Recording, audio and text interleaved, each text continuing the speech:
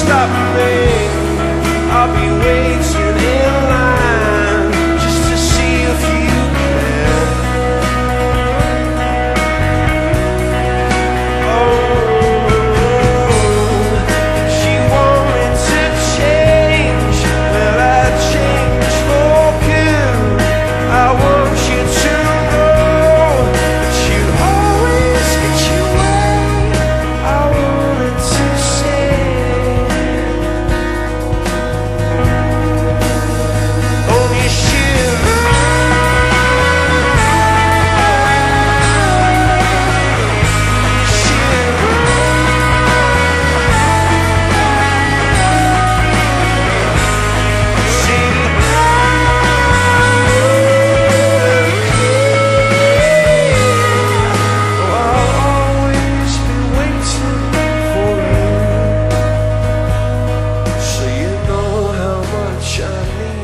But you never even see me, do you?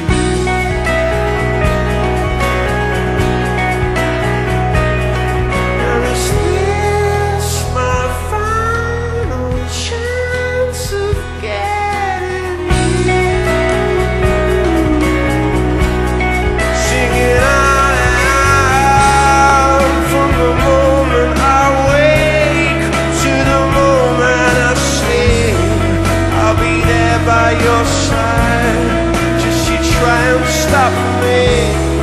I'll be waiting in line just to see if you can, if you can. Oh, she want me to change, well I change for good. I want you to know that you'd always get your way. I want to say,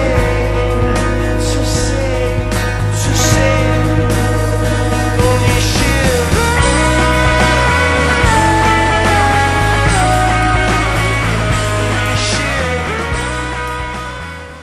Session 3. Reflections, Corrections, and Solutions to Mystery Babylon. In this series, we're going to be looking at the solution to the problem. The solution to the problem of Mystery Babylon is, of course, more light or understanding on the matter.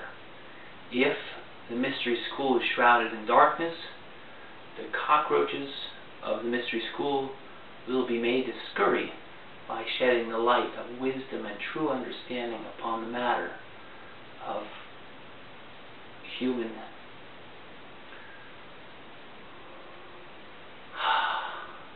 fate. Maria Sabina is, I propound to you, and I propose, the woman born in the desert which was given a pair of eagle wings. She is the woman of Revelations who gives birth to the Christ child, which is swept up to heaven. The dragon, filled with fury, tries to drown Maria Sabina out with a flood not of water, not of liquid, but a flood of information, the information superhighway. All this information comes pouring out when he discovers that he cannot erase the release of the knowledge of the psilocybin mushrooms. That every person you meet, if you say magic mushrooms or psilocybin mushrooms, they're going to go and they're going to know. The light's going to go on. They're going to understand. You're talking about psilocybin. They may not think well of it. They may not think poorly of it, but they're going to know something about it. And that's because the woman, Maria Sabina, as I'm telling you, gave this information to Gordon Wasson, who put it into a Life magazine in 1957, and all of America read about it. The 1960s happened thanks to Maria Sabina and Gordon Wasson. They released the information. The information reached a gentleman who taught my own physical dad at the University of California at Santa Cruz. His name is... God, names. They're so tricky. Anyway, this professor at UCSC told Timothy Leary about these mushrooms. He had heard about it and he told Tim Leary about it. Tim Leary then went down to Mexico and sampled the mushrooms. As a psychologist and a professor, he was employed at Harvard and began to distribute the mushrooms to students back in the early 60s and up into the 70s, until Harvard said, hey, you can't be giving these mushrooms to students. We don't know what they're going to do. What are the parents going to think? And so they told him, hand in your supply of magic mushrooms. They would have been called wondrous mushrooms. That's what Gordon Wasson wanted to call them. In his magazine article, in Life magazine, he said, they show you these architectures and these tapestries that look like palaces coming from heaven.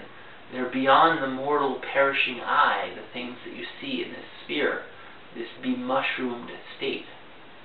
Stuff right out of the Bible. So he brings this knowledge. Tim Leary finds out about it because of this professor who taught at UCSC, who later kind of burned his noodle on LSD.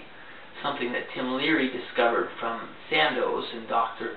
So when the dragon can't destroy the information about the mushroom, about the child of Christ, which is swept up to heaven, its name is not able to be stained by this world, then LSD comes on the scene. And Albert Hoffman's famous bike ride happens, and suddenly there's this huge, everybody who's being sold mushrooms in the 60s and 70s is really getting a store-bought mushroom with a drop of LSD on it. And that's a totally different animal. In fact, it's got big teeth, and it's very intellectual, and it tells you that it's all good. And the nuclear power plant is just fine. Don't worry about it, because it's all good. These things aren't true. The mushroom wouldn't tell you that. The mushroom would tell you, listen to your conscience. Your conscience knows best. So this is Maria Sabina. In 2003, this book was published by the UCSC Regents. And basically, it talks about how Maria Sabina, let me just read it to you.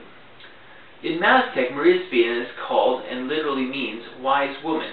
It translates loosely in our terminology to shaman, or, with a further twist, poet.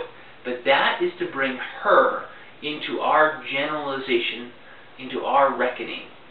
It actually really does mean wise woman. When we hear about 3 wise men who came from the East, they were wise for a reason. It wasn't because they were smart guys, wise guys. It wasn't the 3 stooges who followed the star, by the way, as if you didn't know.